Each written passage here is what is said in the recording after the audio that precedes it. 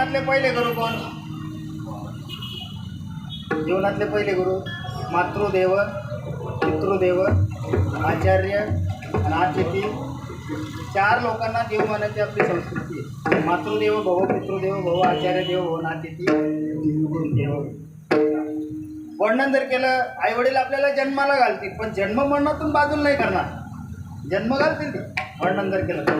हां, खऱ्या अर्थाने विचार जर केला ना, माणसाचा जन्म जीवनामध्ये विचार जर केला कितीदा होतो? कितीदा होतो? एकदा आईच्या पोटी, आईवडिलांच्या पोटी कर्मरूपाने आपण जन्माला येतो. आणि ज्या वेळेला कर्मरूपाने कधी जन्माला येतो? सद्गुरू पासून दीक्षा ग्रहण, हा पुरुषाशी नवा जन्म जाण, हे उपनिषदार्थ प्रमाण पर्व निर्वाण साधन. गुरुचा विचार करा. गुरुच्या उपदेशाने खऱ्या अर्थाने ज्या दिवशी आपण या